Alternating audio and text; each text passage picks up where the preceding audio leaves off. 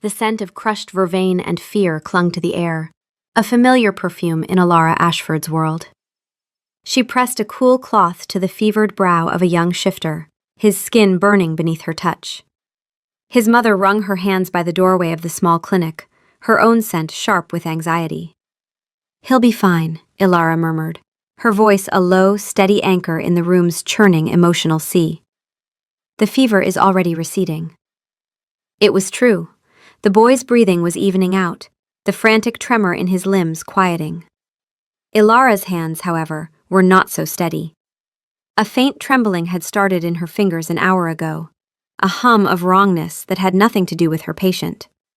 Her own wolf, a creature long silenced by grief and discipline, was pacing restlessly beneath her skin.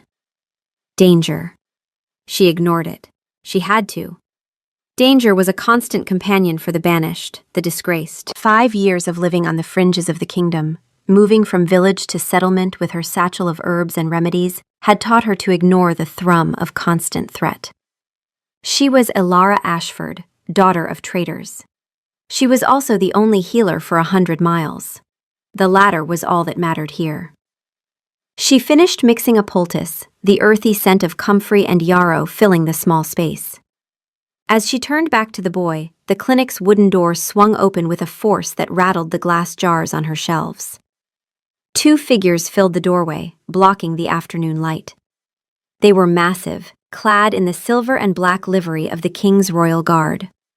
The sigil of the roaring wolf, the mark of Alpha King Theron, was emblazoned on their chests. A mark burned into her memory. The air in the room solidified. The mother gasped, snatching her child's hand. Ilara's own breath hitched, her heart a frantic drum against her ribs. The trembling in her hands intensified, a violent shudder now. Her wolf snarled, a silent, vicious sound in the back of her mind. Them. His dogs. The lead guard, a grim-faced beta with a scar bisecting his eyebrow, stepped forward.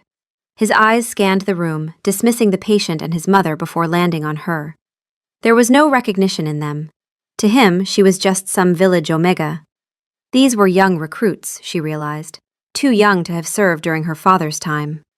"We seek a healer," he growled, his voice accustomed to instant obedience. Ilara of Ashford. The name, her name, spoken by one of his men, was a physical blow. She hadn't used her family name in years. It was poison. It was a death sentence. She straightened her spine, forcing the tremor from her hands. She met his gaze, her chin lifted. She would not show them fear. She had forgotten how, or perhaps she had simply run out of it. All that was left was a cold, hard stone of anger in her gut. "I am Ilara," she said, her voice betraying none of the chaos inside her. "The Ashford name was stripped from my family by your king." The guard's eyes widened almost imperceptibly. A flicker of something, surprise, pity, crossed his face before it was shuttered again. He looked her over with new assessment. 5 years of hardship had changed her. Her hair, once kept in elaborate court styles, now hung in a simple braid. Her dress was coarse wool, her hands marked by labor. She was younger than he'd expected, but exile had carved away any softness from the girl she'd been. "The king requires your presence. Now." It wasn't a request. It was a command, laced with the authority of his alpha. It scraped against her senses, demanding submission. She flinched, but did not yield. She had spent 5 years resisting the urge to bow, to break. "Why?" The word was sharp, a shard of glass. "That is not for you to know. It is for you to obey." The mother was ushering her child out the back door, her eyes wide with terror. Ilara was alone with them now.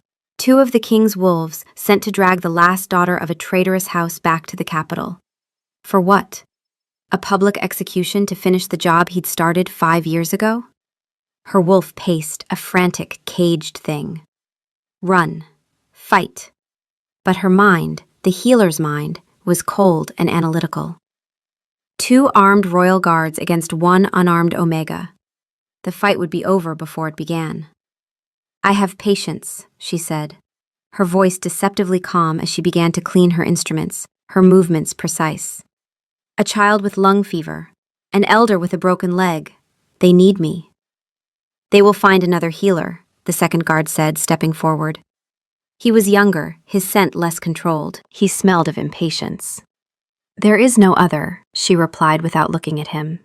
Our orders are absolute, the first guard insisted. His voice softened a fraction, a tactical shift.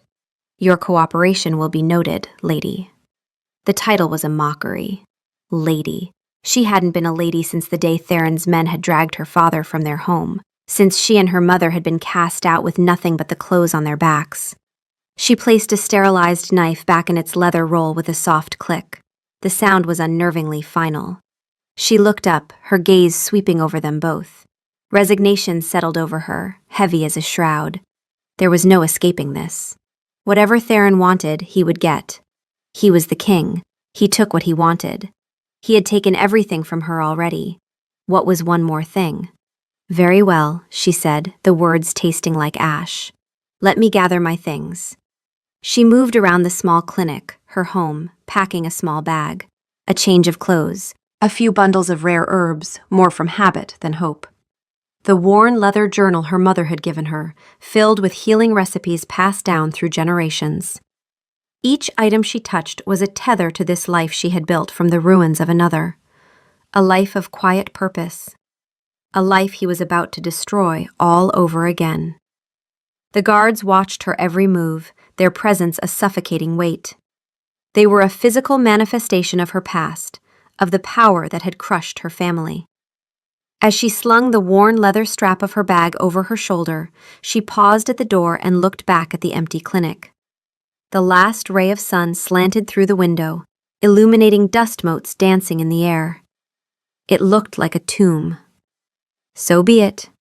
She walked out of the clinic and into the custody of her greatest enemy, her wolf silent and coiled within her, waiting. The journey to the capital was a forced march through memory. Every league they covered brought her closer to the heart of her own personal hell. The guards flanked her on horseback, their silence more unnerving than any threat. They had offered her a horse, but she had refused. She would not accept any comfort from them. She walked, the dust of the road coating her boots and the hem of her simple dress, each step a small act of defiance. She remembered this road. She remembered traveling it as a child, though never in the grand processions her father's position might have warranted. Lord Arian Ashford had been fiercely protective of his only daughter, keeping her sheltered from court politics. She'd been educated privately by tutors, rarely appearing at public functions. The court had been her father's world, not hers. He'd wanted to keep her safe from its intrigues. The bitter irony was not lost on her now. She remembered the scent of the pines that lined the northern pass, the way the formidable peaks of the Dragon's Tooth Mountains loomed against the sky. Then, they had been a distant mystery glimpsed from her father's estate.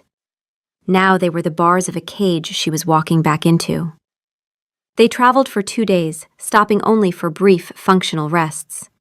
Ilara ate the hardtack and dried meat they offered, forcing it down a throat tight with apprehension. She tended to a blister on her heel with the same detached professionalism she offered her patients. Her body just another machine that needed maintenance. Her mind was less easily managed. It replayed the day of the banishment in excruciating detail. The shock, the disbelief. Her father, Lord Ashford, a man whose loyalty to the crown was legendary, accused of treason. He had been Theron's father's most trusted advisor. He had bounced a young Prince Theron on his knee, but more than that, her father had been the previous king's conscience, the one voice that dared speak truth to power. And then King Aldrich had died, suddenly, suspiciously. The whispers said poison, though no proof was ever found. Theron, barely 19 and drowning in grief, had been crowned within a week, and within a month her father stood accused. The charges had been presented by Lord Valerius, Theron's cousin and closest companion. Valerius, who had been raised alongside Theron as a brother after his own father's disgrace. Valerius, who held Theron's complete trust. The evidence seemed damning. A letter in her father's hand detailing royal troop movements sent to an enemy kingdom. A confession from a captured spy, since dead. Reports from border patrols of suspicious meetings. Ilara, then a girl of 17, had stood beside her mother in the great hall, watching the man she'd glimpsed only from a distance. The young king with the storm-gray eyes who'd seemed so impossibly noble in her youthful imagination, destroy her entire world with a few cold, clipped words. His face had been a mask of stone, his eyes chips of ice. He hadn't looked at her father during the sentencing, not once. Later she understood why. He couldn't. Because somewhere beneath the grief and paranoia and Valerius's poison words, a part of him had doubted. But he was a new king, desperate to appear strong, terrified that mercy would look like weakness. The scent of his righteous fury had been suffocating, but underneath it, so faint she'd almost missed it, had been the acrid tang of fear. She had hated him then, with the fiery, absolute passion of a wounded teenager. Now the hate was something different, colder, heavier. It was a part of her, a scar on her soul that ached with every beat of her heart. On the third morning, the city came into view. The great white walls of Silverwood, the capital, gleamed in the dawn light. The royal spire, where the Alpha King resided, pierced the sky like a spear. A wave of nausea rolled through her. Home. The word was a bitter irony. The guards led her through a side gate, avoiding the main thoroughfare. They were hiding her arrival. Why? A public spectacle would have suited Theron's past actions. This secrecy felt different. It felt like desperation. The palace was a labyrinth of white stone and cold echoes. The air hummed with a tension that went beyond the usual courtly intrigue. Servants scurried past, their eyes downcast, their scents tight with fear.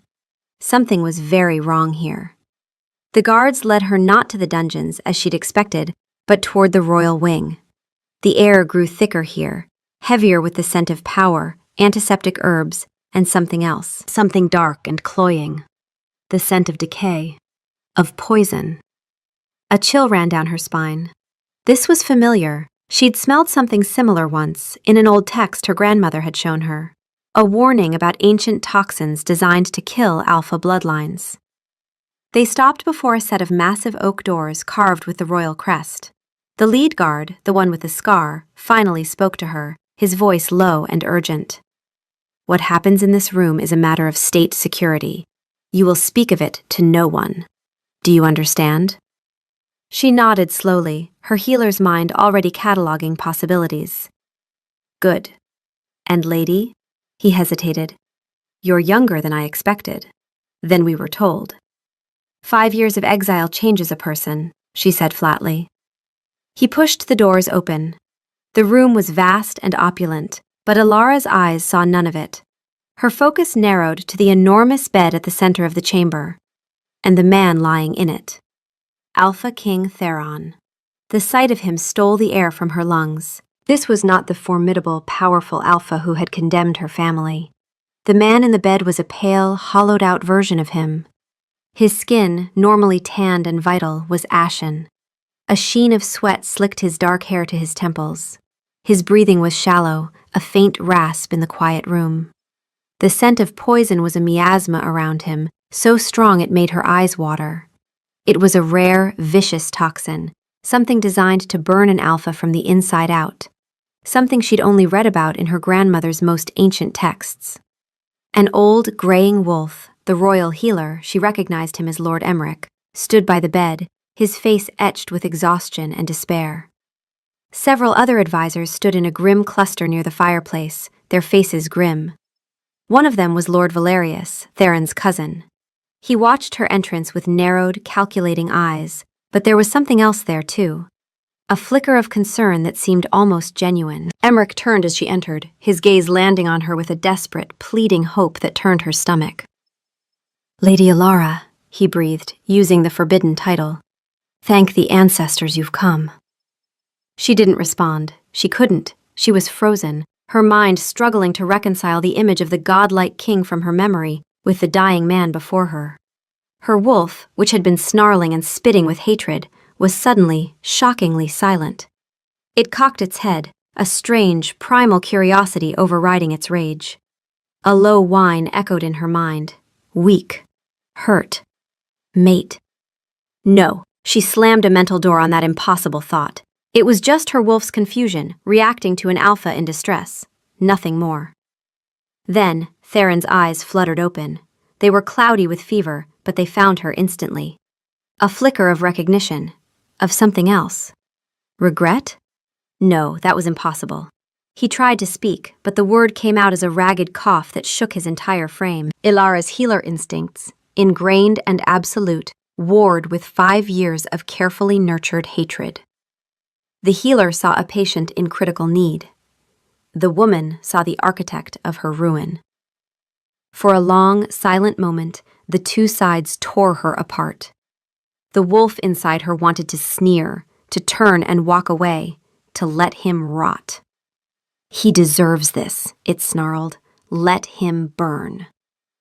But the healer, the part of her that had defined her existence in exile, saw only the symptoms. The pallor, the labored breathing, the scent of venom clinging to his skin like a shroud. Her fingers twitched, itching to take his pulse, to assess the damage. Lord Emmerich stepped forward, his movements weary. We have tried everything, Lady Ilara. Every antidote, every purification ritual. Nothing slows it. The poison is ancient, magical in nature.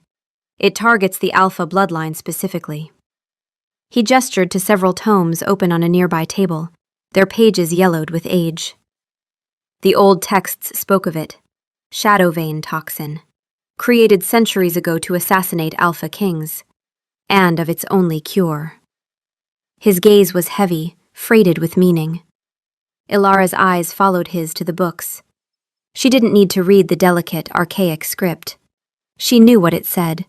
She knew the legends of her own family, the stories her grandmother had whispered to her before she died, the knowledge passed down through her mother. The Ashford bloodline was unique, descended from ancient healers whose very blood could neutralize the most potent of magical toxins. A gift that had made them revered, and a secret that had made them targets. Her grandmother's words echoed in her memory. Our blood recognizes truth and purges lies, child. It will show you a person's true heart. But such intimacy comes at a cost. The blood sharing creates bonds, shows you souls laid bare. Use it only when there is no other choice. The irony was a physical thing, a bitter acid rising in her throat. The blood of the family he had declared traitors, the lineage he had sought to erase, was the only thing that could save his life. You want my blood, she stated. It wasn't a question. A heavy silence answered her. The advisors shifted on their feet. Lord Valerius's gaze was sharp, predatory, watching her reaction with unsettling intensity. Then, a voice, scraped raw and thin, cut through the tension. Please. It was Theron. He had pushed himself up on one elbow, the effort costing him dearly. His eyes, though hazed with pain, were locked on her. The raw desperation in them was unnerving. The powerful Alpha King, who commanded armies and ruled a continent, was begging. To her. Ilara, he rasped her name, and the sound of it on his tongue was a strange kind of violation. It felt too intimate, too familiar, from the man who had made her a stranger in her own land. She took a step closer to the bed, drawn by a force she couldn't name. It was not pity. It was something more complex, a morbid curiosity to see the full extent of his fall. His scent filled her senses, not the usual crisp pine and authority she remembered from that single day in court, but something tainted, burning. Beneath the poison, though, was the bedrock of him, the unchangeable scent of the alpha. And her wolf, to her horror and confusion, did not recoil. It inhaled, a deep, shuddering breath. A scent of something that called to a part of her she didn't understand. No, she slammed a mental door on that thought, on that feeling. It was a phantom, a trick of her senses. She focused on the man, the enemy. You banished my family, she said, her voice low and tight for his ears only. You called my father a traitor and left him to die in the borderlands. You took our home, our name, our honor. And now you want my blood to save your life? Each word was a carefully aimed dart, and she saw them land. A spasm of pain crossed his face that had nothing to do with the poison. His eyes closed for a moment, and when they opened, they were filled with something that looked devastatingly like shame. "I was wrong," he breathed, the admission a shard of glass in his throat. "Your father. I should have looked closer, should have questioned. I was afraid, new to the crown, grieving my father's death. Valerius told me." He broke off, coughing violently. When he could speak again, his voice was even weaker. "I failed him. Failed you. I know my words are worth nothing, but I was wrong." The confession hung in the air, stunning her into silence. He had never admitted fault, not for anything. But was it true remorse, or just the desperate words of a dying man? It didn't matter. She had him. For the first time in 5 years, the power was hers. She straightened up, her voice ringing with newfound strength, loud enough for all in the room to hear. "I will help you," she announced. The collective sigh of relief from the advisors was a physical wave. Lord Valerius's shoulders sagged slightly, genuine relief crossing his features. But she held up a hand, silencing them all. "On my terms." She looked directly at Theron, her gaze unwavering. "First, you will order a full and public investigation into the treason charges against my father, Lord Arian Ashford. The investigation will be led by an impartial party of my choosing, Lord Gregor, the retired High Justice. You will grant him full authority to access all records to question anyone, including members of your council. No one is above this investigation." Theron nodded, his jaw tight. "Done." "Second," she continued, her voice gaining strength, if my family's name is cleared, you will issue a royal decree of exoneration. It will be read in every town square in this kingdom. You will restore our name and our honor, publicly, before all your subjects." "It will be done," he rasped. "Third, our ancestral lands, our home, and all titles and properties seized by the crown will be returned to my family. To my mother." He swallowed hard. "They are yours. Your mother, where is she?" "Living with distant cousins in the northern settlements," Alara said, her voice catching slightly. "They took her in when we had nothing. She's been ill. The shame and hardship." She steadied herself. "The restoration will allow her to live her final years in peace." "I will send for her immediately," Theron said. "The best care, anything she needs." "That's not one of my conditions. That's basic decency," Alara cut him off. She took a deep breath, steeling herself for the final, most important condition, the one that would prove his words were more than empty promises. "And fourth, after you are healed, you, Alpha King Theron, will serve me. For 6 full months you will work in my clinic, under my command. You will learn what it is to serve, to heal, not to rule. You will live as a common wolf, without title or crown. You will be my assistant." A shocked silence fell over the room. The advisors stared at her, aghast. Lord Valerius looked as if she had physically struck him. "My lady, that is unthinkable," she finished for him, her eyes never leaving Theron. "Impossible? The Alpha King cannot simply abandon his kingdom. Then perhaps he should have thought of that before he destroyed innocent lives." "There is precedent," Theron said quietly, his voice barely audible. "The old ways. When a king has failed his people, he must walk among them, learn humility, penance through service." He looked at his advisors. "We will establish a regent council. Lord Gregor, Lord Emmerich, General Kale. They will handle state affairs. I will remain available for emergencies, return to the capital for council meetings when needed. But my days will be spent in service." To demand such a thing of an Alpha King was unthinkable. It was a humiliation beyond measure. It was perfect. She watched Theron, waiting for the explosion of Alpha rage, waiting for him to refuse, to prove that his apology was a lie, but it didn't come. He held her gaze, and in the depths of his fever-bright eyes, she saw not anger, but a flicker of something that looked devastatingly like acceptance, like penance. He wet his cracked lips. I accept, he said, his voice quiet but absolute. All of your terms. I swear it on my crown, on my father's memory, on my life. He fell back against the pillows, his energy spent, but his eyes remained on her, a silent, binding contract passing between them. Elara felt a dizzying sense of vertigo. She had come here expecting death or imprisonment. Instead, she held the king's life and his future in her hands. The weight of it was terrifying and exhilarating. She turned to Lord Emmerich, her voice all business now, the bargain sealed. Prepare for a blood transfusion. I'll need my medical kit, clean water, silk bandages, silver instruments sterilized in flame, and crystal vials. And I will need this room cleared of everyone but you and your patient. Her gaze swept over the advisors, lingering for a moment on Valerius, who was watching her with an expression that seemed caught between relief and something else. Concern? Fear? She couldn't read it. She ignored him. He was nothing. They had their deal. Now, the real test began. The advisors filed out, their whispers trailing behind them like smoke. Lord Valerius was the last to leave, his backward glance heavy with unspoken questions. Elara paid him no mind. Her focus was a sharp, narrow point, centered on the man in the bed and the task ahead. Lord Emmerich moved with quiet efficiency, gathering the supplies she'd requested. He was a good healer, she could tell by his steady hands and the organization of his medical chests. But he was out of his depth here. This was blood magic, old and wild, something not found in his scholarly books.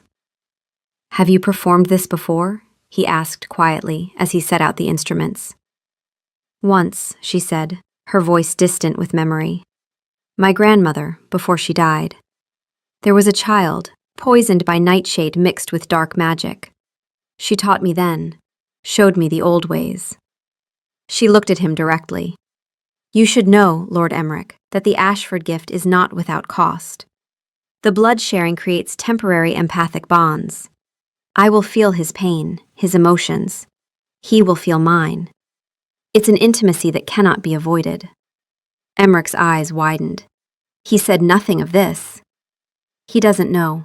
Most don't. But you should be aware, in case... She trailed off. In case of what? In case the dying king felt the full weight of her hatred? In case she saw into his soul and found only the monster she expected? I will be here if you need me, Emmerich said simply. When they were alone, the silence in the room seemed to magnify Theron's ragged breathing.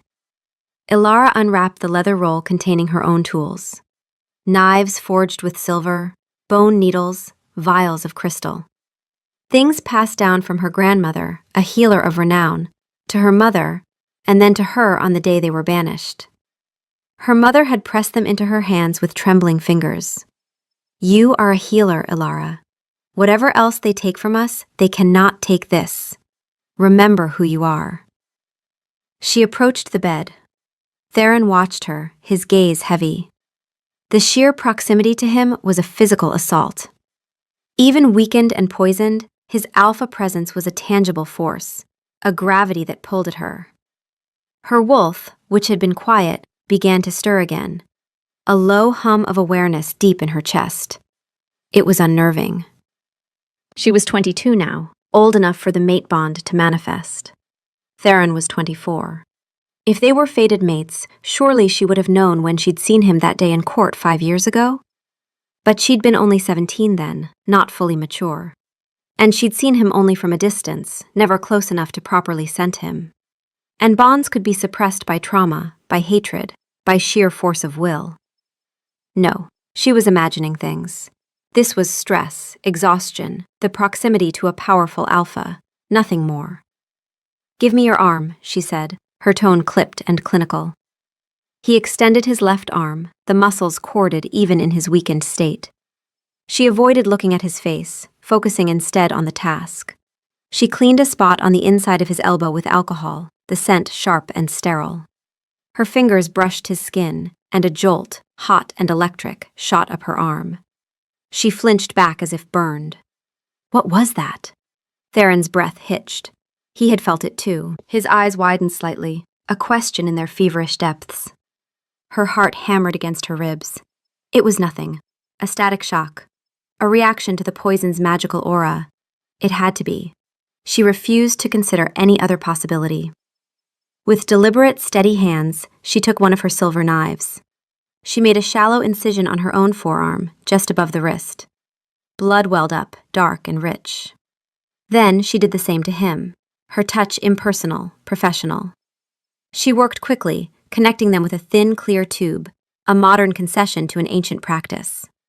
Lord Emmerich had provided it, understanding the basic mechanism, even if he didn't know the deeper magic. The moment her blood entered his veins, the world tilted on its axis. It was not a gentle flow. It was a cataclysm. A torrent of sensation flooded her mind, pouring across the bridge she had just created between them. She felt the poison in his body as if it were her own, a searing, coiling serpent of fire burning through his veins, eating at his strength, his very life force. She felt his pain, the exhaustion that went bone deep, the crushing weight of his crown, his responsibilities. And beneath all that, a vast, churning ocean of guilt. And he, she realized with a jolt of panic, could feel her. His eyes were wide now, locked on hers. Through the bond, she felt his shock as he experienced her emotions. He could feel the cold knot of her 5-year-old anger. He could feel the deep, aching grief for her father. He could feel the fierce, protective walls she had built around her heart. He could feel her loneliness, the exhaustion of being always on guard, always alone. But beneath all that, a new sensation was blooming, a current flowing from him to her. A deep, resonant hum. A sense of rightness, of recognition. A primal chord struck deep in her soul, a note her wolf recognized instantly. Mate. The word exploded in her mind, a silent, devastating scream. No, no, it cannot be, not him. Her wolf howled, a sound of pure agony and ecstatic discovery. It was a paradox that threatened to tear her in two. The man who had destroyed her life, the object of her deepest hatred, was her fated mate, the other half of her soul. She wanted to rip the tube out, to sever the connection, to run.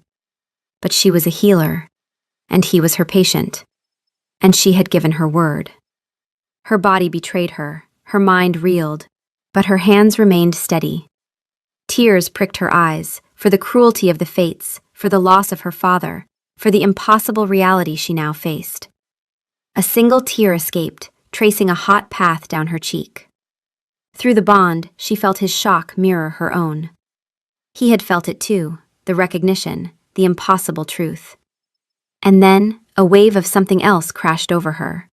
Something so powerful it nearly brought her to her knees. Regret. Shame. Self-loathing. It was a black, suffocating tide, his own personal hell. He knew.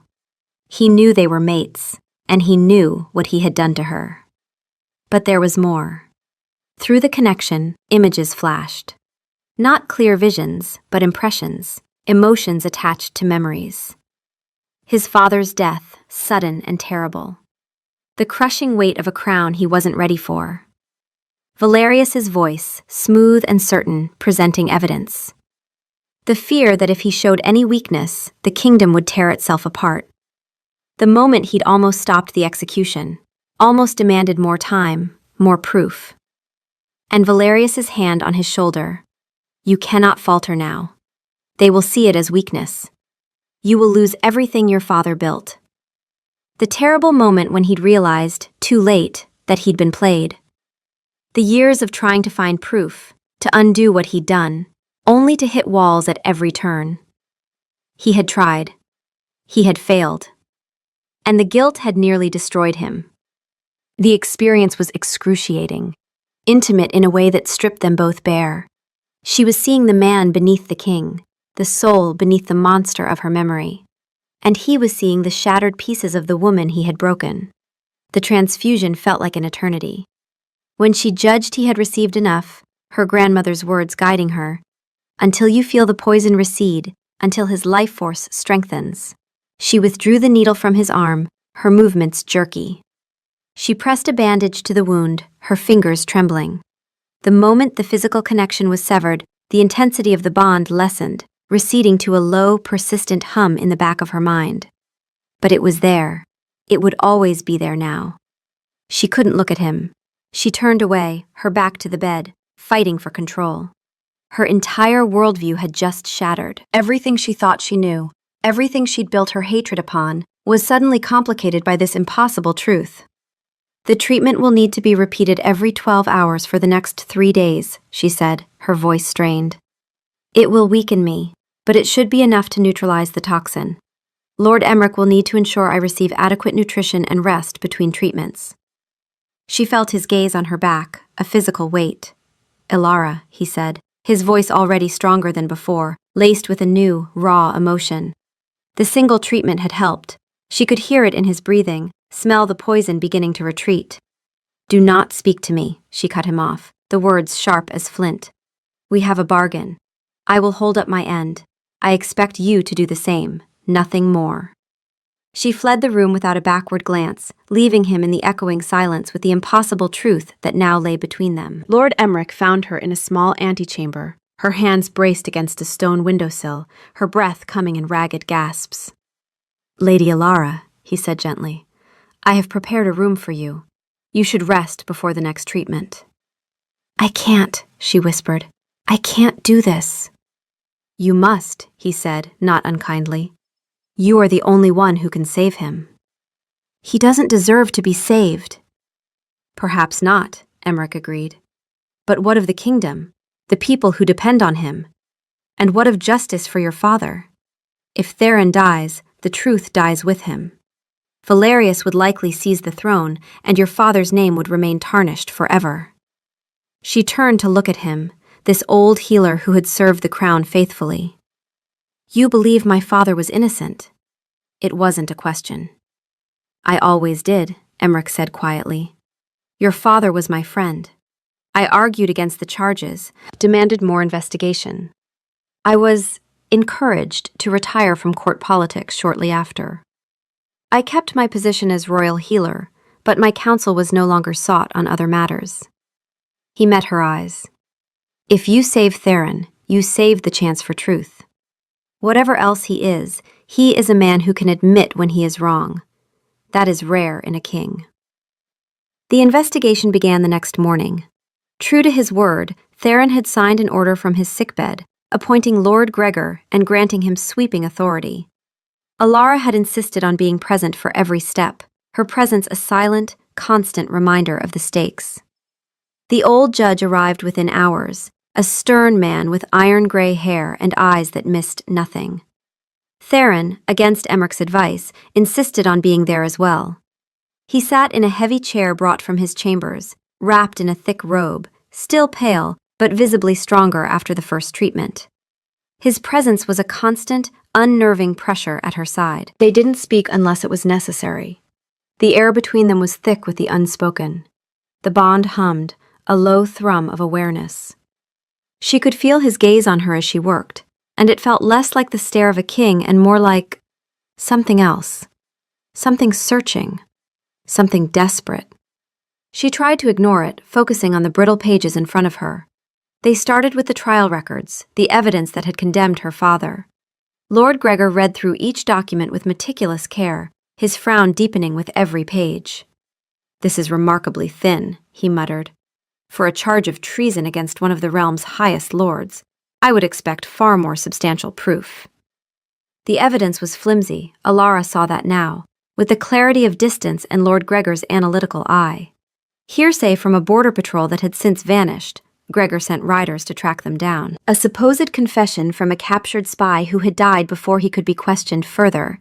Convenient, Gregor noted dryly. And the centerpiece of the Crown's case, a letter, allegedly from her father to an enemy kingdom, detailing royal troop movements. I remember this, Theron said, his voice a low rumble. He pointed a pale finger at a transcription of the letter. My cousin Valerius brought it to me. He said his own agents had intercepted it. He was very convincing, very certain. Ilara looked up, her eyes meeting his. Did you question it? Did you doubt him for even a second? Shame washed over his face, a dark tide she felt as a faint echo through the bond. No, he admitted, his voice barely a whisper. Valerius, he was my father's ward. We grew up as brothers. I trusted him completely. More than that, I was drowning. 19 years old, crowned barely a month, convinced my father had been poisoned, though I couldn't prove it. I was terrified. And Valerius played on that fear. He told me there were traitors everywhere, that I couldn't trust the old guard, that your father had been gathering power, positioning himself to manipulate a young king. He looked away from her, at the damning document. I should have looked closer. Your father's loyalty was absolute, I knew that. But I was afraid. And Valerius knew exactly which fears to exploit. It was the first crack in his stoic facade, a confession of weakness, of failure. A part of her, the angry, wounded part, wanted to lash out, to tell him it wasn't enough, that his fear didn't excuse what he'd done. But another part, a part she didn't want to acknowledge, recognized the genuine agony in his voice. Through the bond, she felt the truth of his words, the weight of regret that had been crushing him for 5 years. Lord Gregor, she said, forcing her voice to remain steady, what would you need to see to prove the letter was forged? The old judge stroked his beard thoughtfully. The original document, not just this transcription. An analysis of the handwriting, the ink, the paper. Testimony from your father's personal scribe about his writing habits.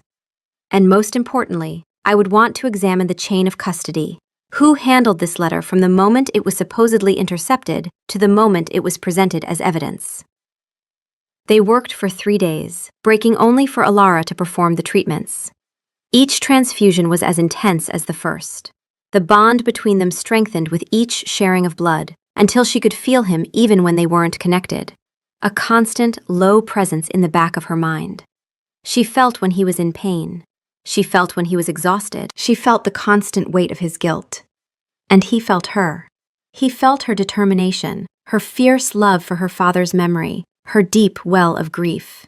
And beneath it all, the confused, frightened stirring of the mate bond, a thing neither of them wanted, but neither could deny. The second treatment, on the evening of the first day of investigation, was even more intense than the first. Prepared for it this time, she braced herself as her blood entered his veins. The torrent of shared sensation was still overwhelming. She felt the poison receding in his system, her blood a cleansing fire burning through the shadow vein toxin. She felt his strength slowly returning. And she felt the force of his regret, his shame, aimed at her like a physical blow. I'm sorry. The feeling pulsed from him, a desperate, silent plea across the bond. I'm so sorry. I would take it back. I would give anything to undo it. She closed her eyes, her own emotions in turmoil. The bond was a terrible, beautiful thing. It stripped away all lies, all pretense. She could feel the truth of his remorse. It was real. It was devastating. And it made hating him so much harder. By the third day, they had interviewed a dozen people. Servants who remembered Lord Ashford's habits, scribes who testified he always used a particular wax seal that was absent from the treasonous letter, border guards who admitted they'd been paid handsomely to remember suspicious meetings they'd never actually witnessed. The investigation was gaining momentum, but they still lacked definitive proof. And then Lord Gregor thought to examine the financial records. If the border guards were bribed, there must be a record of the payment, he reasoned. Even conspirators must manage their finances. They descended into the palace archives, a dusty, forgotten chamber deep in the foundations. Scrolls and ledgers were piled high, smelling of decaying parchment and time. Ilara worked methodically, her healer's mind for detail serving her well. Theron sat nearby, still weak but growing stronger with each treatment. His presence should have been oppressive, but instead it was oddly steadying. She could feel his determination through the bond, his absolute commitment to finding the truth. He wasn't doing this just to fulfill his bargain with her. He was doing it because he needed the truth, needed to know the full extent of how he'd been deceived. Hours passed. Ilara's eyes burned from reading faded script by candlelight. And then, tucked away in a mislabeled ledger of household expenses for the royal guard, she found it. A note from a palace scribe named Aldous. It was a request for payment for calligraphy services, rendered to Lord Valerius. The date on the request was 2 days before her father's arrest. The amount was suspiciously large for simple calligraphy work. "Lord Gregor," she called, her voice tight. "I think I found something." The old judge came over, read the entry, and his eyes sharpened. "We need to find this scribe. Aldous, it says?" "He's dead," Theron said quietly. "Died about 4 years ago. Natural causes, I was told." "Convenient," Gregor muttered. "Did he have family?" "A wife," Theron said. "She moved away after his death, to a small village in the south, I believe. I remember because she requested permission to leave the capital, and such requests from palace staff come across my desk." "We need to find her," Ilara said. It took 2 more days to locate the scribe's widow and convince her to return to the capital. She was a nervous, timid woman, frightened of the palace and its power. But when Lord Gregor explained that they were investigating a possible miscarriage of justice, that her testimony might help clear an innocent man's name, she agreed to help. "My husband," she said quietly, "was a good man, but he was frightened the last year of his life. He told me once that he'd done something he regretted, something he'd been paid well for but that weighed on his conscience." "Did he keep any personal papers?" Gregor asked gently. "Any work he brought home?" She nodded. "He had a small chest of practice sheets and samples of his work. He was proud of his calligraphy. I kept it after he died. It's all I have left of him." She had brought the chest with her. Inside were dozens of parchment sheets covered in elegant script, samples of different handwriting styles, practice sheets for official documents. And near the bottom, they found it. A folded piece of parchment covered in writing. At the top, in Valerius's distinctive hand, was a note. "Practice until you can reproduce this perfectly. You will be rewarded well for your discretion." Below that were phrases from the treasonous letter, and at the bottom, repeated over and over in progressively more confident strokes, was her father's signature. "Lord Orion Ashford. Lord Orion Ashford. Lord Orion Ashford." Ilara stared at the page, her hands trembling. 5 years.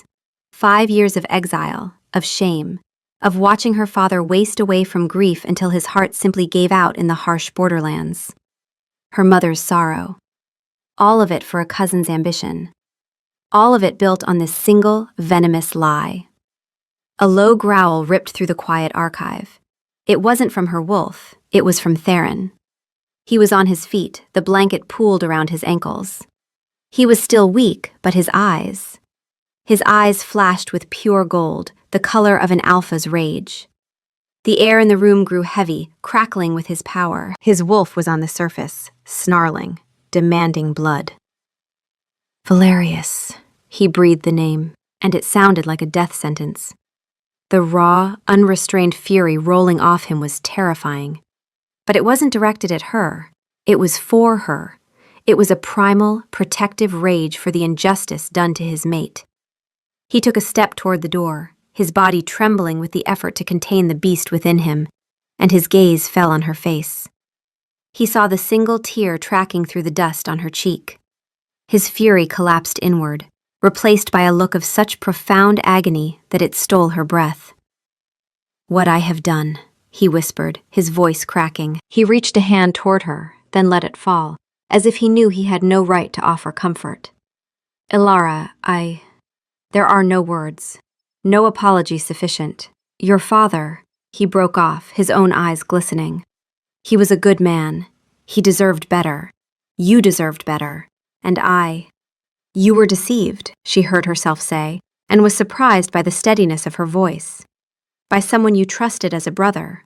That doesn't excuse your blindness, your haste, but—" She looked at the damning evidence in her hands, then at the broken man before her. Through the bond, she felt the full weight of his anguish, his self-loathing. "But you were 19, and alone, and afraid. And Valerius knew exactly how to manipulate that.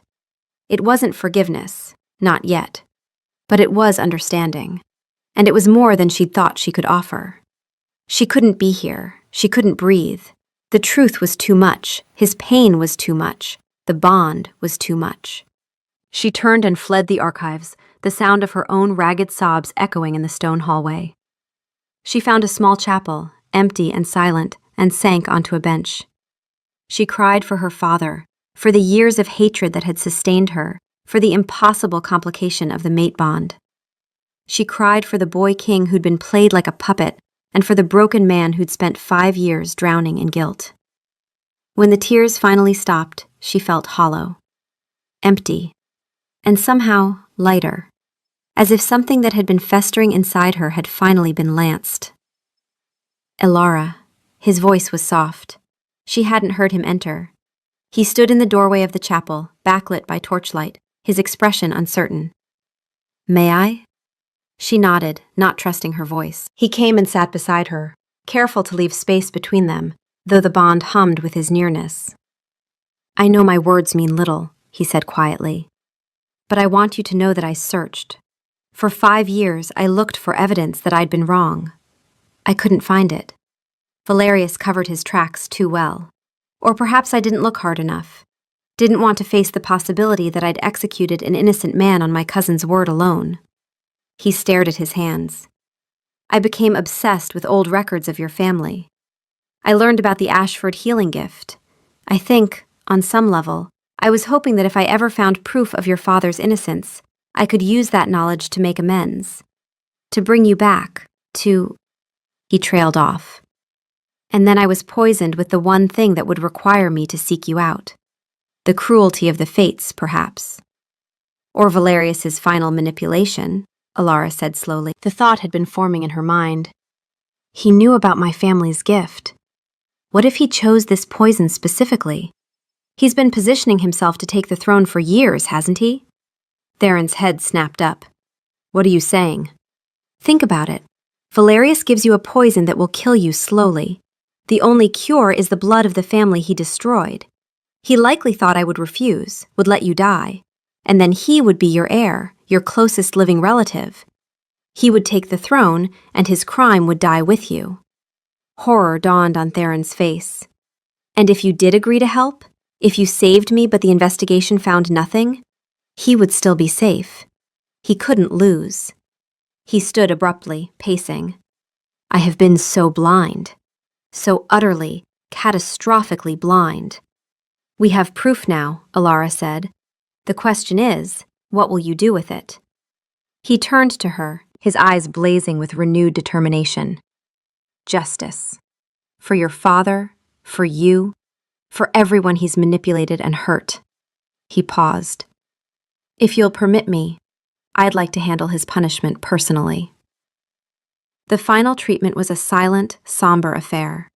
The truth lay exposed between them, raw and festering. Theron was nearly himself again, the poison almost entirely purged from his system. The ashen color was gone from his skin, replaced by a returning vitality. His strength was evident in the steady line of his shoulders, the clarity in his eyes that never left her face. Elara performed her work with numb precision. She could feel the bond between them, no longer a tentative hum, but a strong, undeniable current. It sang with his guilt and her grief, a sorrowful duet that echoed in the space between their heartbeats.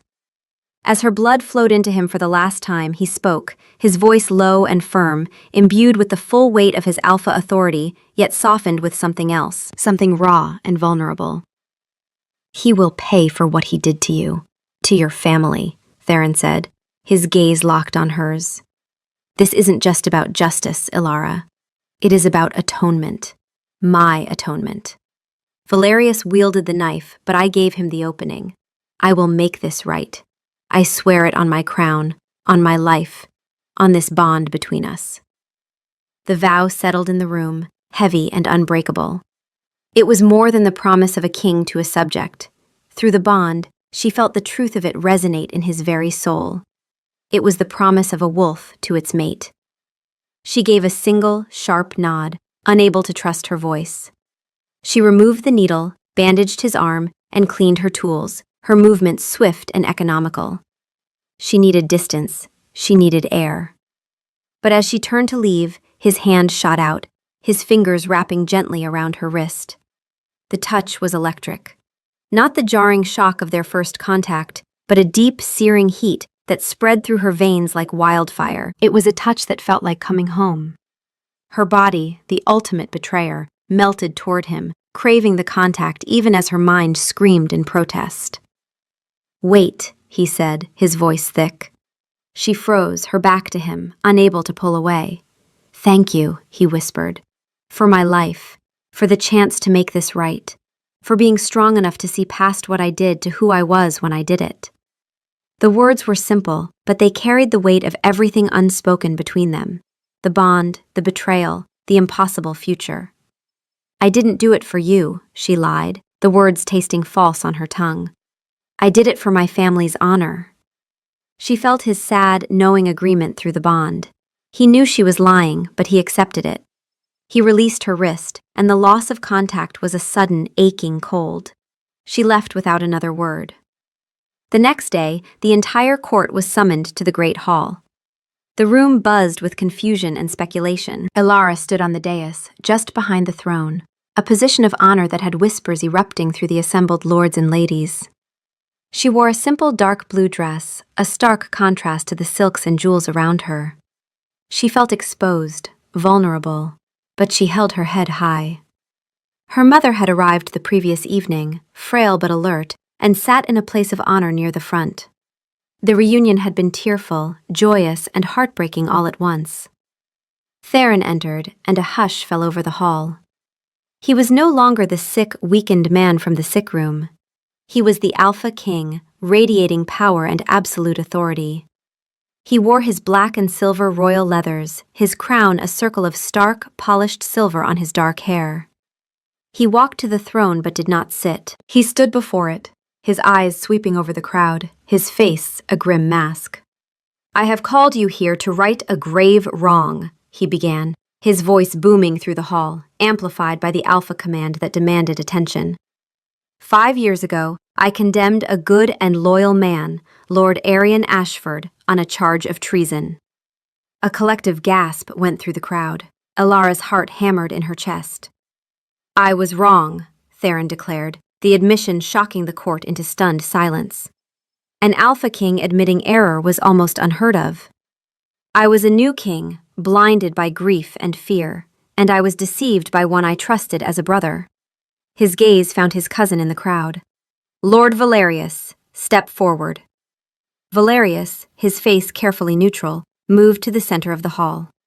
He tried to project an aura of confused innocence, but Elara could smell the sharp, acrid scent of his fear. She watched him carefully, this man who had destroyed so many lives. Through the bond, she felt Theron's rage, barely leashed. Theron laid out the evidence with cold, brutal precision. The lies, the forged letter, the paid-off scribe, the widow's testimony. He held up the practice sheet with Valerius's copied signatures, the proof of his betrayal, damning and absolute. This was found in the personal effects of Aldous the scribe, whom you paid handsomely for his calligraphy services, Theron said, his voice dripping with contempt. "This is your handwriting, Valerius, practicing to forge a dead man's signature." Valerius began to bluster, to deny. "My king, I don't know what plot this is, but surely you cannot believe—" "Silence!" The word was an Alpha command, backed by the full force of Theron's power. Valerius's mouth snapped shut, his body forced into submission. "You will speak only when I permit it." Theron circled him like a predator. "You forged evidence. You paid witnesses. You manipulated a grieving king to execute an innocent man. Why?" "I did no such thing. This is a fabrication, some plot by that—" "I said silence!" Theron roared. The very walls seemed to shake with his fury. "Do you deny that you paid the scribe Aldous?" I may have commissioned some work from him, but—" "Do you deny that this is your handwriting?" Theron thrust the practice sheet at him. Valerius looked at it, and Elara saw the moment he realized he was caught. His face went white, then red. "You don't understand," he said, his voice taking on a desperate edge. "Your father trusted Ashford too much. The man had too much influence. He would have controlled you, manipulated you. So you decided to remove him," Theron finished, his voice deadly quiet. "And in doing so, you removed the one advisor who might have seen through your schemes." the one man who might have questioned why you were so eager to isolate me from the old guard. He leaned in close. Did you kill my father too, Valerius? Did you poison him to clear your path to the throne? No. Valerius's denial was too quick, too panicked. No, I would never. Your father's death was what? Convenient? Timely? Or was it planned? Theron's eyes flashed gold. And when I survived long enough to potentially discover your treachery, you decided to finish the job. But this time, you chose a poison that would require the aid of the very family you destroyed, thinking they would refuse. Thinking I would die, and you would finally have the crown you've coveted all these years. Valerius's face twisted with rage and fear. I deserved it. I am of royal blood, legitimate blood. Not a ward, but a true descendant. You were supposed to die young, foolish king. The throne should have been mine. The admission hung in the air. The court erupted in shocked whispers. Ilara felt a cold satisfaction. He had confessed. You betrayed your family, Theron snarled, his wolf pressing close to the surface. You betrayed your kingdom. You murdered my father, though I cannot yet prove it, and you condemned an innocent man to death. You poisoned me, your own blood, all for a title you were never fit to hold. He turned back to the court. The House of Ashford is hereby exonerated of all charges. Their lands, titles, and honors are restored, effective immediately. Let it be known throughout the realm that Lord Arian Ashford was a loyal subject of this crown, falsely accused and unjustly condemned. Any who speak otherwise will answer to me personally. He then turned his fury back on Valerius. The sentence was swift and harsh. Stripped of his title, his lands forfeit to the crown and transferred as restitution to House Ashford. And for his crimes, treason, murder, and attempted regicide, he was sentenced to life imprisonment in the Fortress of Eternal Winter, a remote prison in the harshest region of the north, where he would never see sunlight or warmth again. Guards seized the trembling lord. As they dragged him from the hall, Valerius's eyes found Ilara's. This is your doing, he spat. You cursed whore, you've bewitched him with your foul magic. He never finished the sentence. Theron moved with lightning speed, his fist connecting with Valerius's jaw with a sickening crack. You will not speak to her, he growled. You will not even think of her. Take him away. The court was in an uproar, but Theron wasn't finished. He turned, his gaze finding Ilara. He walked to her, stopping just before her. The entire hall held its breath. He went down on one knee. The sight of the Alpha King kneeling was so shocking, so unprecedented, that the crowd fell utterly silent. He bowed his head before her, a gesture of ultimate submission. To Lady Ilara of House Ashford, he said, his voice clear and strong, filled with a remorse that echoed through every soul in the room. I offer my deepest, most profound apology. I failed you.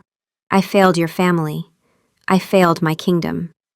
An injustice was done, not just by my cousin's treachery, but by my own blindness, my own haste to appear strong when I should have been wise. An error I will spend the rest of my life atoning for. He looked up at her, his eyes shining with unshed tears. My life is yours. I have sworn it. For the next 6 months, I will serve you as you command. My word is my bond, witnessed here by all. Ilara looked down at the kneeling king, the man who was her mate.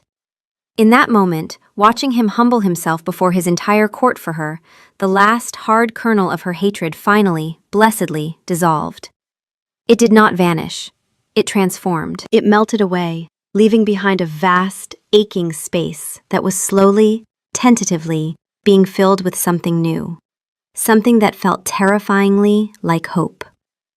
Rise, King Theron, she said quietly, but her voice carried through the silent hall. You have acknowledged your error. You have made restitution, and you will fulfill your oath of service. I accept your apology, though full forgiveness must be earned through action, not words. He stood, and for just a moment their eyes met.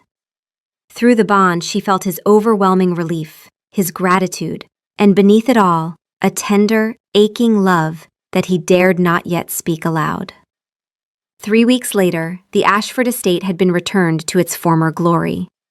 The day Alara and her mother returned, walking through the familiar iron gates, was a day of quiet tears and overwhelming relief. Her mother, whose spirit had been worn thin by 5 years of hardship and illness, seemed to gain strength with every step she took on her own land. "I never thought I would see this again," her mother whispered, touching the ancient oak tree in the courtyard with trembling fingers. "Your father planted this when you were born." Alara wrapped her arm around her mother's thin shoulders, supporting her. "He would want you to be here, to rest, to heal." "And what of you, daughter?" her mother asked, her wise eyes seeing too much. "What do you want?" Alara thought of the bond, humming quietly in the back of her mind, of the man who had destroyed and then restored her world. "I don't know yet," she admitted, "but I think I need to find out." And then came the first day of Theron's service. He arrived not in a royal carriage, but on a single unadorned horse. He wore not leathers and silver, but simple woolen trousers and a plain tunic, the clothes of a common man.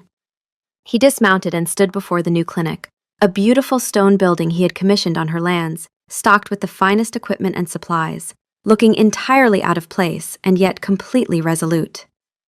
Alara met him at the door. She had spent the morning preparing herself for this, steeling her resolve. "Your duties are simple," she said, her voice even, professional. "You will keep the clinic clean, the shelves stocked, the fires lit. You will assist me when I ask, and you will stay out of the way when I don't. You will address me as Healer Alara. Is that understood?" "Yes, Healer Alara," he replied, his voice a low, respectful murmur. There was no mockery in it, no resentment, only acceptance. The first few weeks were a study in tension. The local pack members, her family's former subjects, stared in disbelief as their king swept floors and ground herbs with a mortar and pestle. Whispers followed him everywhere. Some were impressed by his humility, others saw it as weakness. Theron ignored them all, focused entirely on his tasks. He was a quiet, diligent presence. He was clumsy at first, his large hands more suited to wielding a sword than bundling lavender. But he learned quickly. He never complained. He did exactly as she asked, his obedience absolute. He used his strength to carry heavy crates of supplies, and his height to reach the highest shelves. He chopped wood for the fire with an efficiency that spoke of military training. He used his quiet authority in unexpected ways. When a small child, terrified of the needle Alara needed to use for a blood sample, began to wail, Theron knelt beside him. He didn't use his full alpha command, but a softened version of it, a low, soothing rumble. "It is all right, little one," he murmured, his voice a calming vibration. "The healer is here to help you. You are safe, I promise." The child, mesmerized by the gentle power in the king's voice, quieted instantly, watching him with wide, trusting eyes as Alara quickly and painlessly did her work. She watched him, her heart doing a strange, tight knot in her chest. She was seeing the king he could be, the man he was beneath the crown and the guilt, a leader who protected, who served, who used his power to comfort rather than dominate. They rarely spoke of personal matters. Their interactions were confined to the clinic and its needs. But the bond was a constant, silent conversation between them. She felt his bone-deep weariness at the end of a long day. She felt his quiet satisfaction when he successfully soothed a frightened patient or mastered a new skill. She felt his constant awareness of her, a gentle attention that never demanded but was always there. And he, she knew, felt the slow, cautious thawing of her heart. A month into his service, a young mother came to the clinic in labor. It was her first child, and the labor was not progressing well. Alara worked through the night, using every skill she had, but the mother was weakening and the baby was in distress. She needed help, needed another pair of strong hands. "Theron," she called, not thinking, using his name without the formality. He was there instantly. "What do you need?" "Your strength. The baby needs to be turned, but she's exhausted. I need you to support her while I work." He didn't hesitate. He moved to the mother's side, supporting her weight, speaking to her in that same low, calming voice he'd used with the frightened child. "You're strong. Your baby is strong. Healer Alara is the best there is. We've got you." Alara worked, her hands sure despite her exhaustion. With Theron's help, she turned the baby, and within the hour, a healthy girl entered the world, her cries loud and indignant. The mother wept with relief, reaching for her child. "Thank you," she sobbed. "Thank you both." When they finally stumbled out of the birthing room, dawn was breaking. Alara was swaying on her feet, exhausted. Theron caught her elbow, steadying her. "You need rest," he said quietly. "Come, I'll make you tea." In the small kitchen attached to the clinic, he worked with the efficiency of someone who'd learned the routine. He knew which blend she preferred after difficult cases, chamomile with honey and mint. He knew she liked it hot, but not scalding. He brought it to her where she sat slumped at the table, and she accepted it with a murmured thanks. "You were good with her," she said, the exhaustion loosening her tongue. "You should have seen yourself. You were magnificent," he replied softly. "The way you work, the way you focus, it's like watching art." She looked up at him, surprised. In the soft morning light, she really saw him for the first time in weeks. The hard labor had changed him. He'd lost the softness of palace life, gained a lean strength. But more than that, there was a peace in his face that hadn't been there before. "You're different," she said. "I'm learning," he replied. "Learning what it means to serve, to be part of something larger than myself. You do this every day. Pour yourself out for others, expect nothing in return. I'm beginning to understand why your father was so beloved. He learned this same lesson, didn't he? That true leadership is service." She nodded, emotion tightening her throat. "He used to say that a title meant nothing if you didn't earn it every day through your actions." He was right. Theron hesitated, then, Would you tell me about him? I never really knew him, not as you did." And so, as dawn turned to full morning, she told him. Stories of her father, of his kindness and his wisdom and his terrible jokes. She told him about her childhood, about her mother's quiet strength, about the life that had been stolen from them. And he listened, not with a king's detachment, but with full attention, honoring her memories. It was the beginning of something new between them. Not forgiveness, not yet, but a tentative friendship built on shared work and mutual respect. One evening after a particularly grueling day where a logging accident had brought in 3 seriously injured shifters, she was slumped at her desk, too exhausted to even move. She had worked for 12 hours straight, her energy reserves completely depleted. One of the loggers had died despite her best efforts, and the weight of that failure sat heavy on her shoulders. He entered the room silently. She expected him to ask for his duties for the next day before retiring to the small cottage he'd been given on the estate. Instead, he placed a steaming mug of tea on the desk beside her. It was her favorite blend, chamomile, honey, and a hint of mint. She looked up at him, surprised. "You looked tired," he said simply. Then he did something unexpected. He pulled out a chair and sat across from her, not hovering, not crowding, just present. "The logger who died," he said quietly. "Marcus. I knew him. Good man, large family. I couldn't save him," she whispered, the words breaking. "The internal bleeding was too severe. By the time they got him here, you tried, you fought for him. His family knows that. They're grateful for the hours you gave them to say goodbye." He paused. "This is what you live with, isn't it? Every day. The ones you can't save." She nodded, tears slipping down her cheeks. She hadn't let herself cry in front of anyone in 5 years, but the exhaustion, the bond, his unexpected understanding, it all broke through her defenses. "How do you bear it?" he asked, genuine wonder in his voice. "Because the ones I do save make it worth it," she said. "Because every life matters. Because if I stop trying, if I let the failures break me, then all of this, all the years of study, all the gifts I was born with, it means nothing." He was quiet for a moment. Then his hand came up, his knuckles gently brushing a stray lock of hair from her forehead, tucking it behind her ear. The touch was brief, feather-light, but it sent a cascade of warmth through her. It wasn't a king's touch, or even an alpha's. It was just a man's. Tender, concerned, full of an affection he hadn't yet earned the right to voice. "Thank you, Theron," she whispered, using his name for the second time. A small, sad smile touched his lips. "Thank you for letting me see this, for teaching me what strength really looks like." He gave a slight bow of his head and left her alone with the tea and the warmth spreading through her chest, melting another layer of ice from around her heart. It was in these small moments, these quiet acts of service and care, that he was rebuilding her trust. Not with grand gestures or royal decrees, but with consistency, with patience, with humility. He wasn't just serving his sentence, he was showing her who he truly was. And the woman she was, the mate she was, found it increasingly difficult to resist.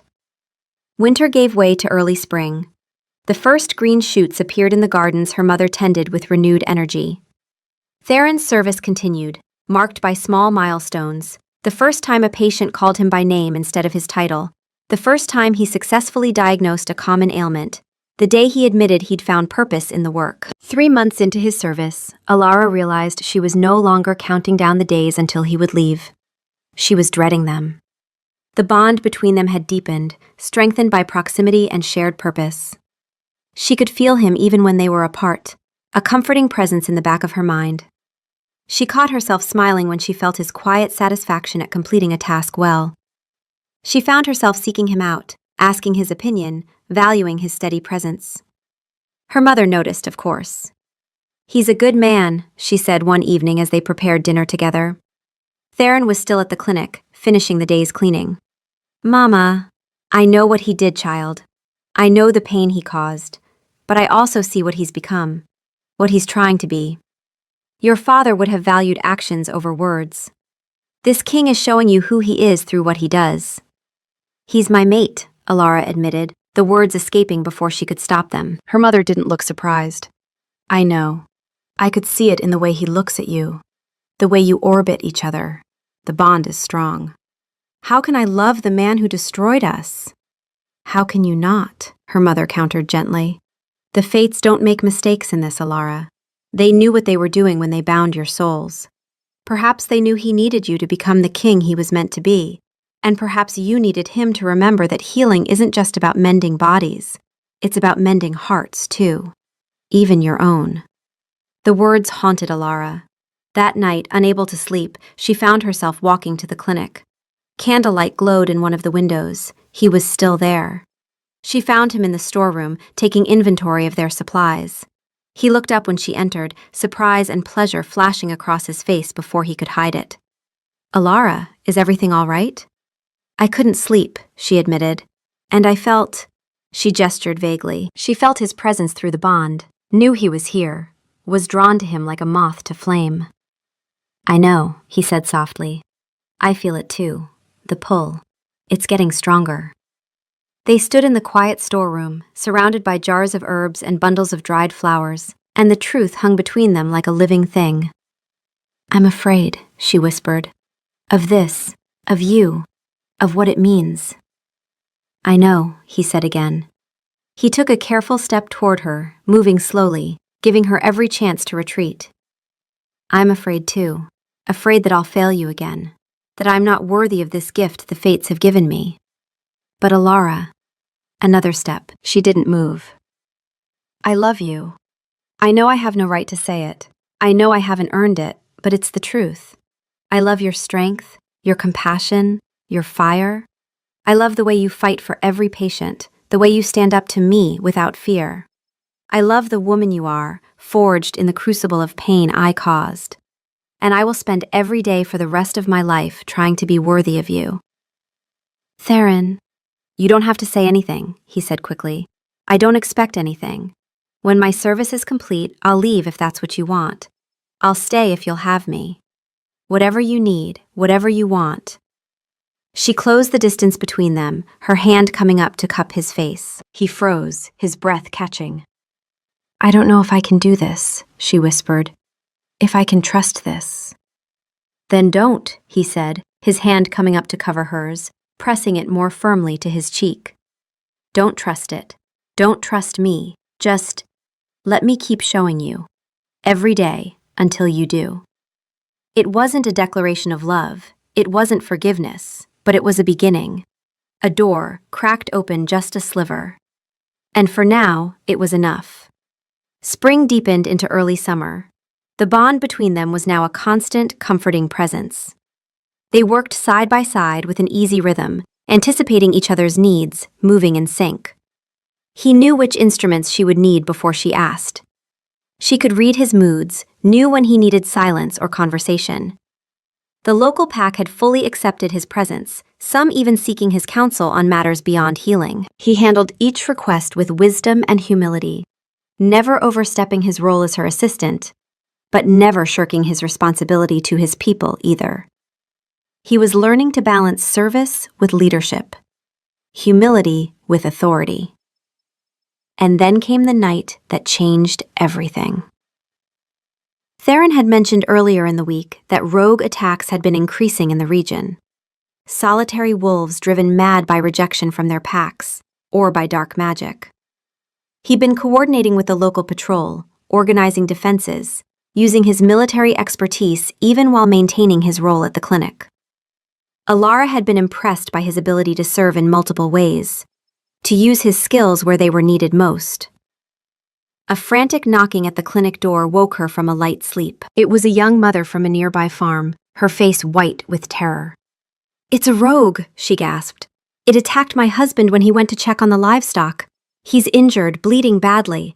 And now it's trying to get into the house. My children are there." Before Alara could even grab her cloak, Theron was there. He had heard the commotion from his cottage. He wore only his trousers, his chest bare, his eyes blazing with a feral light she had only seen once before, in the sick room, when the mate bond had first flared between them. "Stay here," he commanded, the words a low, guttural growl meant to ensure her safety. The alpha in him demanded that his mate remain safe while he faced danger. She felt the force of the command through the bond, her wolf wanting to submit, to obey. But she was also a healer. "No," she said firmly, grabbing her medical bag. "Her husband is injured. I'm coming." His jaw clenched, a war playing out across his face. The need to protect warring with respect for her autonomy, for her calling. "Then stay behind me," he compromised. He looked at the terrified woman. "Where?" She pointed frantically toward the woods. "The old Miller farm. Please, hurry." Without another word, Theron shifted. The change was instantaneous, a violent, beautiful ripple of bone and sinew. Where the man had stood, a massive black wolf now stood in his place, larger than any wolf she had ever seen, its silver eyes glowing in the lantern light. He was the beast of his royal sigil brought to life, a creature of terrible beauty and raw power. He let out a single, deafening roar that was a challenge and a promise, then disappeared into the storm-tossed trees at a dead run. Alara didn't listen to his command to stay back. She grabbed her medical bag and ran after him, the mother close behind. Her own wolf surged close to the surface, lending her speed and stamina. She had to be there. He was her mate, facing danger, and there were injured who needed her. She found them at the farmhouse. The rogue, a huge, maddened gray wolf, was clawing at the door, which was splintering under the assault. Inside, she could hear children crying. The husband lay in the yard, unconscious and bleeding from deep gashes in his side. Theron hit the rogue like a thunderclap. The two massive forms collided in a flurry of snarls and snapping teeth. It was a brutal, primal fight. Blood sprayed across the dirt. The rogue was strong, driven by madness, but Theron was stronger. He was not just fighting, he was protecting, defending. She could feel it through the bond, his absolute focus, his determination to eliminate the threat to his people, to his mate. He drove the rogue back, away from the house, away from the family inside. He forced it to the edge of the woods, using his superior strength and training to control the fight. The rogue lunged for his throat, But Theron twisted, catching its leg in his jaws and wrenching. The crack of bone was audible even over the snarls. With a final, decisive move, Theron pinned the rogue, his jaws closing around its throat. The rogue struggled for a moment, then went still. Not dead, Theron's control was too precise for that, but subdued, defeated. The fight was over. Theron stood over the fallen rogue, his massive chest heaving, his fur matted with rain and blood. Mostly the rogue's, but some his own. He had a deep scratch across his ribs, and his left shoulder was bleeding. He turned, and his silver eyes found her. He trotted to her side, nudging her with his great head, his scent thick with victory and fierce, untamed possession. He herded her toward the injured man, placing his body between her and the dark woods, a living shield. The message was clear, primal, undeniable. You are mine. I protect what is mine. And as she looked at the magnificent, terrifying, beautiful beast at her side, the feral protector who had just saved a family and shielded her without a moment's hesitation, the last of her fear washed away in the rain. She knew, she finally knew she could trust him. With her body, her future, her heart. He had proven it in 1,000 small acts of service, and one great act of feral protection. She reached out, burying her fingers in his wet fur, and felt his rumble of contentment vibrate through her hand. I know, she whispered. I know what you are, what we are. His wolf's eyes held hers, and through the bond, she felt his overwhelming relief, his joy, his love. Then he shifted back, human once more, and without a word, he helped her tend to the injured farmer. They worked together in perfect sync, as they had learned to do over the months. She cleaned and stitched the deep gashes, while he held the man steady, speaking in that low, calming voice that had become so familiar. The family was safe. The rogue was secured, to be dealt with by the patrol. And between Alara and Theron, something fundamental had shifted. Back in the clinic, the storm outside mirrored the one inside Alara. Theron had shifted back, his human form slick with rain and streaked with dirt and blood that wasn't his. A long, shallow scratch ran across his ribs, already beginning to heal with the accelerated metabolism of an alpha. Another, deeper wound on his shoulder still bled sluggishly. She insisted on cleaning them, her hands moving with a purpose that belied the trembling deep inside her. The air was thick with the aftermath of violence, with his wild, possessive scent. It wrapped around her, a primal blanket of safety and desire. He stood perfectly still as she tended to the wounds, his eyes never leaving her face. The silence stretched, filled with the frantic beat of her own heart. The clinical distance she had so carefully maintained for months had been shattered by the sight of him in wolf form, fighting to protect her, to protect his people. There was only the man, the woman, and the undeniable truth of the bond between them. When she finished, her fingers lingered on his skin. His flesh was warm, alive, real. His hand came up to cover hers, holding it against his chest.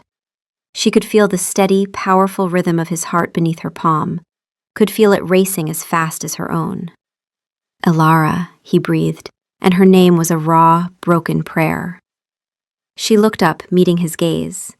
All the pain, all the regret, all the yearning of the past months was in his eyes. He had served his penance. He had proven his remorse not with words, but with 1,000 small acts of devotion and one great act of feral protection. He had earned back a trust she never thought she would give to anyone again, least of all him.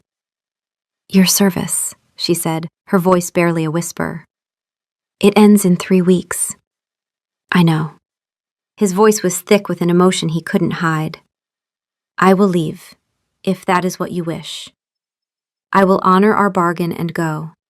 But Alara, if there is any chance, any possibility that you might want me to stay. The thought of him leaving was a sudden physical pain, a tearing in her soul where the bond had healed her. She couldn't bear it. Don't, she whispered, the word escaping before she could stop it. Don't go. Relief, so profound it was staggering, washed over his features. She felt it through the bond, a wave of pure, unadulterated joy that nearly brought tears to her eyes. He raised his other hand, cupping her face, his thumb stroking her cheekbone with infinite tenderness. "I love you," he said, the words stripped of all artifice, all royalty. They were the simple, devastating truth of his soul. "I think I have, from the moment I saw you again, standing in my sick room like a warrior queen, all fire and strength and righteous fury. I love your compassion, the way you pour yourself out for others. I love your courage, the way you faced down a king and demanded justice. I love your healing hands and your fierce heart. I know I don't deserve you. I know I have no right to ask for anything. But I love you, Alara. With everything I am, everything I have, I love you." He wasn't commanding. He wasn't demanding. He was surrendering. He was placing his heart, his power, his future in her hands, giving her the ultimate choice. It was the final, most powerful proof of his change. He had learned to yield, to trust her with his own vulnerability. Tears welled in her eyes, tears of grief for what they had lost, and tears of overwhelming joy for what they might find. "My wolf knew," she confessed, her voice trembling. "It knew you the moment I saw you dying in that bed. It's been howling for you ever since. It's my head, my heart, that had to catch up, that had to learn to trust again." She leaned into his touch, a silent surrender of her own. "I love you too. I didn't want to. I fought it. But I can't anymore. I don't want to anymore. You've shown me who you are, not the king who condemned my father in fear and grief, but the man who learned from that terrible mistake. The man who humbled himself, who served, who protected. You, Theron. I love you." His face lowered to hers, his eyes searching her for any sign of hesitation. Finding none, he closed the distance. His kiss was not the brutal claiming of an alpha, but a question, a plea. It was tender, searching, and filled with all the sorrow and hope of their shared history. She answered with a fierceness that surprised them both, her arms wrapping around his neck, pulling him closer, erasing the last vestiges of the space between them. The kiss deepened, ignited by months of denial, by the mate bond finally acknowledged and embraced. It was a kiss of forgiveness, a kiss of acceptance, a promise. He lifted her, his hands gentle despite their strength, and carried her not to his cottage but to her own room in the main house, seeking permission with every step. She clung to him, her answer clear. Later, in the quiet dark of her room, he marked her. It was not a violent act of possession, but a sacred vow. He kissed the juncture of her neck and shoulder, his teeth grazing the sensitive spot, asking permission. She tilted her head, offering herself freely. He bit down gently, just enough to break the skin, and the magic of the claiming bond flared between them, searing and bright, sealing their souls together for eternity. She cried out, not in pain but in overwhelming completion. The bond that had been a tentative thread became an unbreakable rope, binding them in ways that transcended the physical. She felt him fully now, his love, his devotion, his absolute commitment to her happiness. And he felt her acceptance, her trust, her love finally given freely. She marked him in return, her own teeth finding the same spot on his neck, completing the bond. When it was done, they lay together in the darkness, their scents mingled, their heartbeats synchronized. "I am yours," he whispered into her hair. "For all my days, in all ways, I am yours." "And I am yours," she replied, her fingers tracing the mark she'd left on his skin. It was not the end of her healing, but the true beginning of it. Lying in his arms, feeling the steady beat of his heart beneath her cheek, Alara finally felt whole. She was not just the daughter of a wrongly accused traitor or a solitary healer. She was the mate of the Alpha King. She was loved. She was home. And in the morning, when they emerged from her room, her mother took one look at the matching marks on their necks and smiled, tears of joy streaming down her face. "About time," she said, pulling them both into a fierce embrace. "Your father would have approved. Eventually. After making him suffer appropriately, of course." "Mama," Alara laughed, the sound free and joyous. He's suffered plenty. True, her mother agreed, turning her sharp gaze on Theron. But you will continue to earn her every day, won't you, King Theron? Every single day, he swore, his arm tightening around Alara's waist. For the rest of my life. And he did. The remaining weeks of his service passed in a haze of contentment. They worked side by side, their bond a source of strength. At night, they learned each other, built a foundation of intimacy and trust that would sustain them through the years to come. When his 6 months of service formally ended, Theron did not leave. He and Alara decided to split their time between the capital and the Ashford estate. Theron would rule, but with Alara at his side as his queen, his conscience, his partner.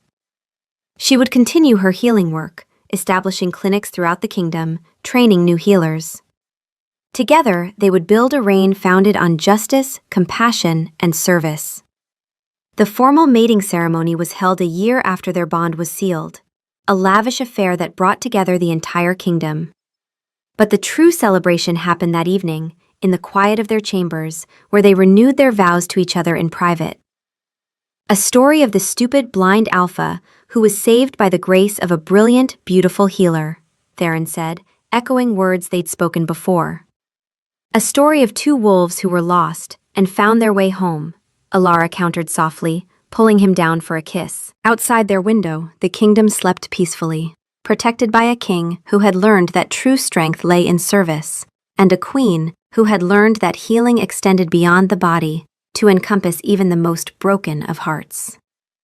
And in the years that followed, they ruled not as a king and his subject, but as true partners, their love a beacon of hope for a realm that had known too much darkness. They had children who inherited both Theron's strength and Alara's healing gifts. They navigated challenges and triumphs together, always guided by the lessons of their past. Alara's mother lived to see her grandchildren born, passing peacefully in her sleep in the home she'd never thought to see again. In her final moments, she whispered to Alara, "Your father would be so proud, not just of the queen you've become, but of the forgiveness you found. True strength isn't holding on to hate. It's having the courage to let it go." And when Theron was old and gray, still ruling with wisdom earned through hard lessons, he would sometimes visit the clinic where his life had been saved twice, once from poison and once from his own guilt. He would stand in the quiet space and remember the broken man he'd been, the incredible woman who'd healed him, and the love that had transformed them both. "Thank you," he would whisper, to the fates, to Alara, to the second chance he'd been given. "Thank you for not giving up on me." And somewhere, in the invisible threads that bound soul to soul, heart to heart, he would feel her response, warm and certain. "Never. We are bound, you and I, through every trial, every triumph, forever." And it was enough. It was everything.